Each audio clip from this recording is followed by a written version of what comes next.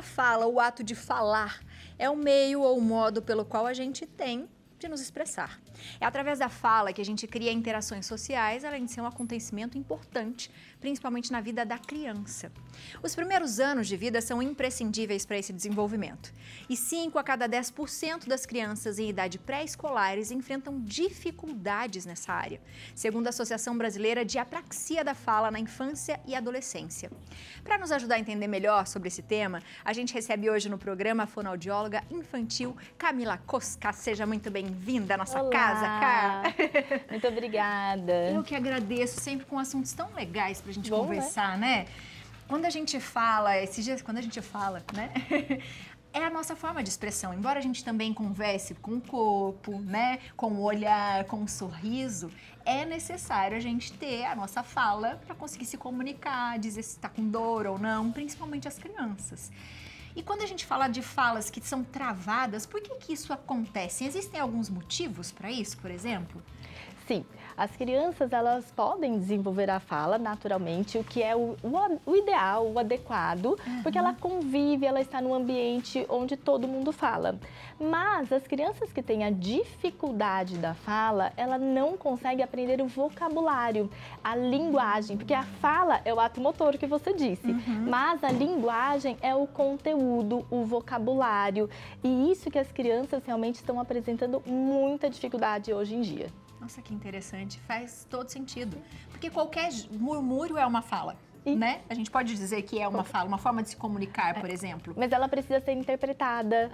Os pais precisam dar o significado para que essa criança continue a fazer essa vocalização cada vez mais com aperfeiçoamento. E é assim que a criança desenvolve a fala. Às vezes a gente deixa a criança brincando sozinha, falando sozinha e acha que ela vai aprender. Mas se ela não tiver a interpretação, alguém para dar o significado, ela não consegue saber que aquele som é importante e que tem uma intenção de comunicação. E quando a gente pode começar esse tipo de trabalho com as crianças? Adoro essa pergunta. Desde sempre. Eu falo que desde que a gente passa os primeiros meses de vida da criança, porque são os mais difíceis, 3 meses de idade mais ou menos, a gente já precisa trazer para a criança uma nomeação, contar para ela, narrar o que está acontecendo dentro da própria rotina. E muitas vezes a gente não faz isso porque a criança não responde, ela ainda não tem essa possibilidade de falar nem de fazer a vocalização, mas a criança já se comunica com contato visual e com o choro. E nós desprezamos isso achando que pode deixar para depois. Nesse momento também já pode incluir uma leitura, ter aquela rotina da leitura com a criança, os livros que são adequados para essa idade e contar para a criança tudo que está dentro da rotina. Faz desenvolver e destravar a fala. Uma vez a gente estava até falando das crianças que têm o autismo, né? E eu achei legal o que você disse, e eu acho que meio se complementa a tudo isso. Tem que fazer sentido, né? Então, geralmente, quando os papais também vão ler alguma história para a criança, às vezes eles só estão fazendo o tipo da leitura, mas eles não estão dando sentido para aquilo. Por exemplo, e aí você abriu a porta, por exemplo. Olha, filho, isso aqui é porta. Isso é importante a gente fazer também para a criança ter essa compreensão e fazer sentido para ela? Sim, é fazer sentido, e eu gosto sempre de dar o sentido de acordo com o interesse da criança. Porque às vezes a gente tenta fazer o nosso interesse e não da criança. Então a criança está brincando de carrinho e você fica, um Dino, filho, olha o Dino, um Dino. E com isso a criança não aprende. Por quê? Porque o interesse da criança é o carro. Então precisa sempre, eu falo que é sempre investigar, analisar qual é o interesse da criança naquele momento. Boa. Se a gente está seguindo esses caminhos, né? O que mais a gente pode fazer para deixar a criança mais à vontade, entender e de repente ter esse vocabulário? Quais tarefas a gente pode fazer em casa? A primeira coisa é a gente deixar de fazer tantas perguntas para a criança. A criança sofre com os adultos. Que difícil, a fase do porquê, mais dos adultos do que da criança, né? Mais dos adultos. E a gente fala assim, mostra pro vovô o que você fez, mostra o que você aprendeu. Ou, que cor é essa? Como faz o Dino. E com isso a criança, ela se sente pressionada, ela se isola e ela tende a não querer comunicar conosco. Então eu falo que nós precisamos fazer uma parceria. E como seria, né, essa parceria? É ajudar a criança a aprender usando o brinquedo como um recurso. É uma ferramenta que nós usamos para ajudar a criança a aprender. Então a criança pega o Dino e você complementa essa brincadeira pegando uma frutinha, alguma coisa para ele comer, nhaque, nhaque, nhaque, nhaque. É usar do que a criança quer e você ensina aquilo que ela tem possibilidade de aprender. Porque ensinar cores enquanto a criança está aprendendo a falar não é necessário. A gente tentar ensinar as letras, os números, isso não faz sentido para a criança nesse momento. Eu falo que deixa as coisas de pedagógica para a escola. E nós podemos fazer com a criança realmente uma brincadeira e ensinar palavras que a criança possa se comunicar. Que incrível. E hoje a gente tem visto, pelo menos no Instagram, vários vídeos, né? Tem algumas que eu sigo, as criancinhas que eu acho incrível, que tem um repertório, né? Tem uma dialética, sei lá, com 3 anos, a criança fala muitas palavras. E isso é bem isso, são conversas com os pais em casa, não é? Eu tô rindo porque, assim, isso é o natural. Isso é incrível, porque a gente não achava isso incrível antes. Tem a pressão mesmo. Que cor é essa? Conte de 1 até 10. Qual é a letrinha do seu nome? É isso que a gente acaba fazendo. É o que a gente acaba fazendo, mas a gente tem que agora ter essa informação de que a criança, ela mostra tudo o que ela sabe. Então, se ela não mostrou, é porque ela não está segura ou porque ela não sabe. Então, quando você consegue entrar nesse mundo da criança, você fazer essa parceria, essa mediação, a criança vai te mostrar, ela traz para você o brinquedo. A criança de 3 anos que você falou, ela tem um vocabulário de mais ou menos 1000 palavras. Então, por isso ela conversa, ela faz frases e ela conta pequenas histórias. Porque a criança está desenvolvendo dentro do que ela tem possibilidade realmente. E quando a gente consegue identificar que a criança, de repente, tem algum problema mesmo para destravar a fala, até um problema de fala, Sim. ou um problema cognitivo, por exemplo, porque às vezes você fala assim, mas não está indo nem por repetição, nem por entendimento. Como que a gente consegue identificar isso para pedir um auxílio para uma fono, por exemplo? É sempre que a criança ela não atinge as etapas, que são os marcos do desenvolvimento da fala e da linguagem. Então, para a gente ter uma ideia, com 12 meses, a criança ela tem que falar as primeiras palavras. E de uma forma aproximada, são palavras bem pequenininhas, dá, mai, para mais, quer, esse. E a criança, junto com isso, ela faz gestos. Com 24 meses, a criança ela já fala frases, pequenas frases, dá, bó, quer, a, e ela continua esse desenvolvimento sempre. Com 3 anos, ela começa a falar pequenas histórias, aumenta o vocabulário ainda mais, e toda e qualquer criança que não atingiu essa etapa é um sinal de alerta, porque a gente não pode esperar. Se a gente espera, essa criança acumula dificuldades. Então, ela com 3 anos que ainda não fala, vai ter uma dificuldade de uma criança de 12 meses, de 18 meses, de 24 meses e da própria criança de 3 anos. Nossa, e acaba acontecendo um retardo da fala, vamos dizer assim, Isso, né? ela vai carregando, ela vai acumulando. É uma bola de neve. E daí, com 3 anos, a gente acha, então é só ensinar ela a contar a história? Não, é primeiro as primeiras palavras. Depois são as frases, depois aumentar o vocabulário. E com isso a criança leva muito tempo, porque a criança continua crescendo e acontece também até os comportamentos inadequados, porque a criança sabe o que ela quer, mas ela não consegue se comunicar. Que interessante. Léo, tem uma perguntinha para você. Tem uma pergunta. Camila, quando a criança nasce com um probleminha, por exemplo, no freio da língua, né? Se é maior ou menor, enfim, até onde isso pode prejudicar na amamentação ou até no futuro da fala? E quando que precisa ter uma intervenção cirúrgica em relação a esse problema? A criança pode realmente nascer com um freno curto, encurtado, né? E isso vai prejudicar na articulação, exatamente na fala, na articulação de alguns sons, do L e do R, que é quando a criança tem que fazer uma movimentação com uma amplitude maior da língua, lá e o rá.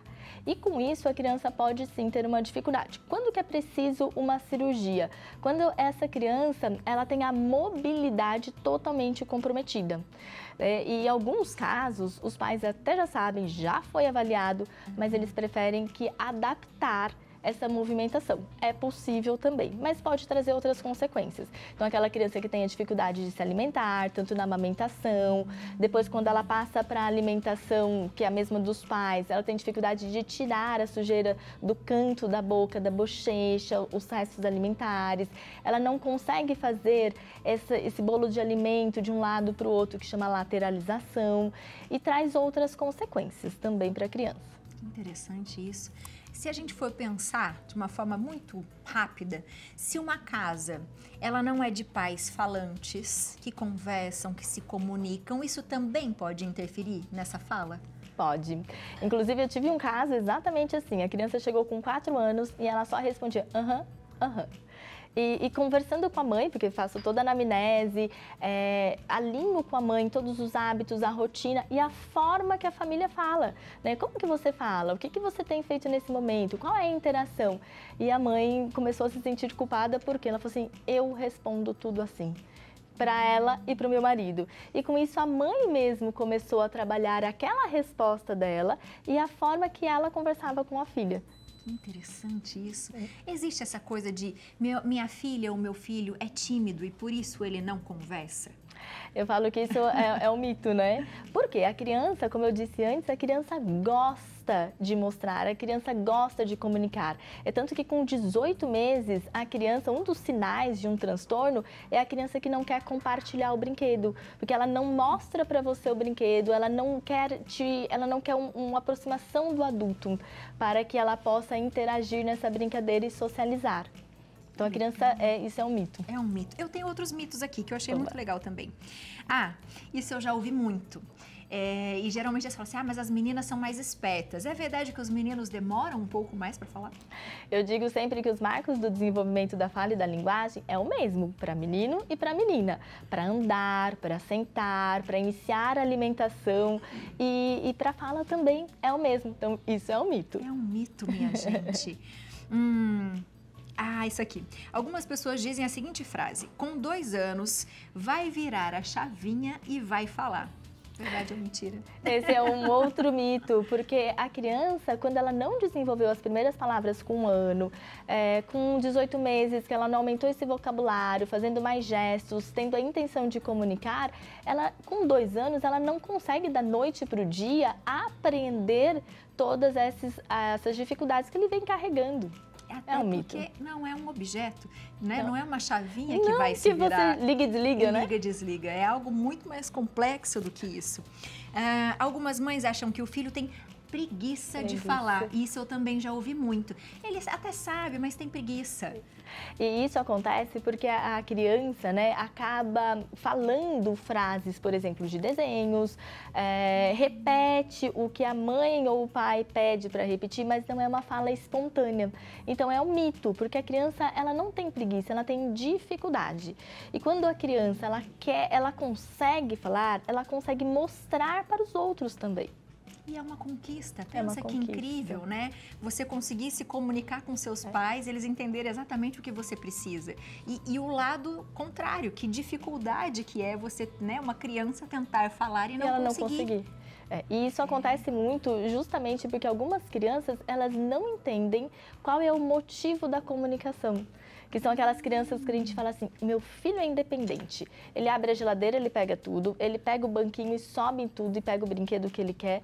Ele é independente. E, na verdade, essas crianças não são independentes. Eles não entenderam qual é o motivo dessa fala e porquê da comunicação.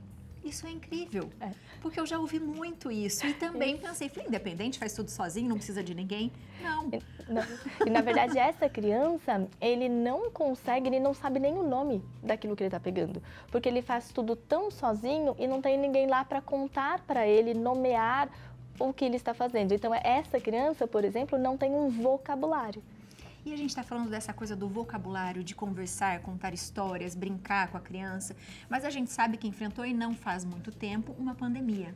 E muitas mães, assim, muitas amigas minhas ficaram assim, eu estou tensa porque minha filha nasceu em meio à pandemia ou já tinha 1 aninho que seja e não consegue se comunicar, não fala, porque está faltando amiguinho, porque está faltando socializar-se, por exemplo. Isso faz diferença? Isso aconteceu muito? Aconteceu muito, faz diferença porque a criança, ela aprende com a vivência. E quais são as vivências? Ir no supermercado, ir no parque, ir na própria escola, ir na casa dos familiares. E nós realmente não tivemos isso. Mas como recuperar esse tempo perdido, né? É trazer a criança para a rotina, é usar agora que a gente tem essa possibilidade de dar mais essa vivência para a criança. E eu sempre acho que a rotina é uma forma fantástica de conseguir ensinar para a criança criança, porque você não tem como escapar. Todo dia ela acontece e você tem que estar nela, mas use a rotina de uma forma de sair do automático, de uma forma onde a criança consiga aprender e possa destravar a fala. Você trouxe aqui alguns brinquedos. Você até falou um pouquinho do Dino aqui, o que a gente pode fazer. O que mais a gente pode fazer em casa, por exemplo? Eu gosto muito dessas frutinhas. Deixa eu pegar uma aqui. Essa frutinha, porque a criança, você consegue trazer do mundo real para o faz de conta. A criança também, é uma das formas dela se desenvolver é a brincadeira de faz de conta. Só que essa brincadeira, ela tem que ter sentido. Essa brincadeira tem que ser realmente uma réplica do mundo do que está acontecendo na cozinha da casa. Então, enquanto os pais estão lá cozinhando, a criança pode pegar as frutinhas, colocar na panela, ela pode abrir, pode dar para o Dino comer, e com isso a criança está fazendo uma brincadeira de faz de conta, ela memoriza mais e faz com que ela aprenda realmente a se comunicar.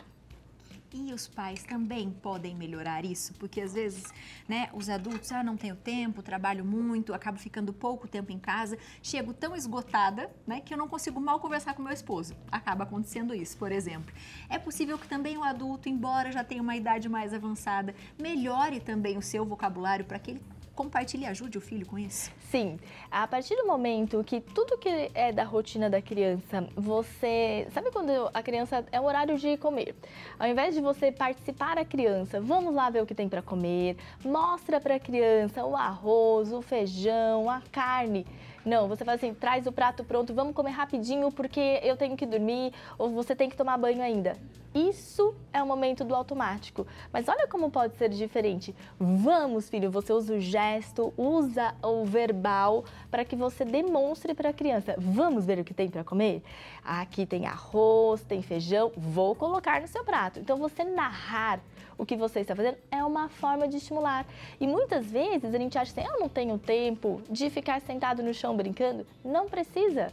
Use a rotina em alguns poucos momentos, 10 minutos, 20 minutos do seu dia, você pode estimular nas brincadeiras que seu filho gosta. E você vai se surpreender, vai ter orgulho do seu filho, né? E da sua criação, com certeza. E eu falo que vai ser o protagonista da fala da criança, porque você ajudou a desenvolver. Isso é incrível, minha gente. Você é incrível, viu? Muito obrigada por vir aqui hoje. E a gente falar desses assuntos tão importantes, a gente precisa falar mais, viu? Ótimo. Você de casa, aproveita para segui-la no Instagram, @CamilaCosca, tá aparecendo para você aí, _fono. Seja sempre bem-vinda à nossa casa. Um ótimo final de semana. Obrigada. Beijo para você. Tchau, tchau.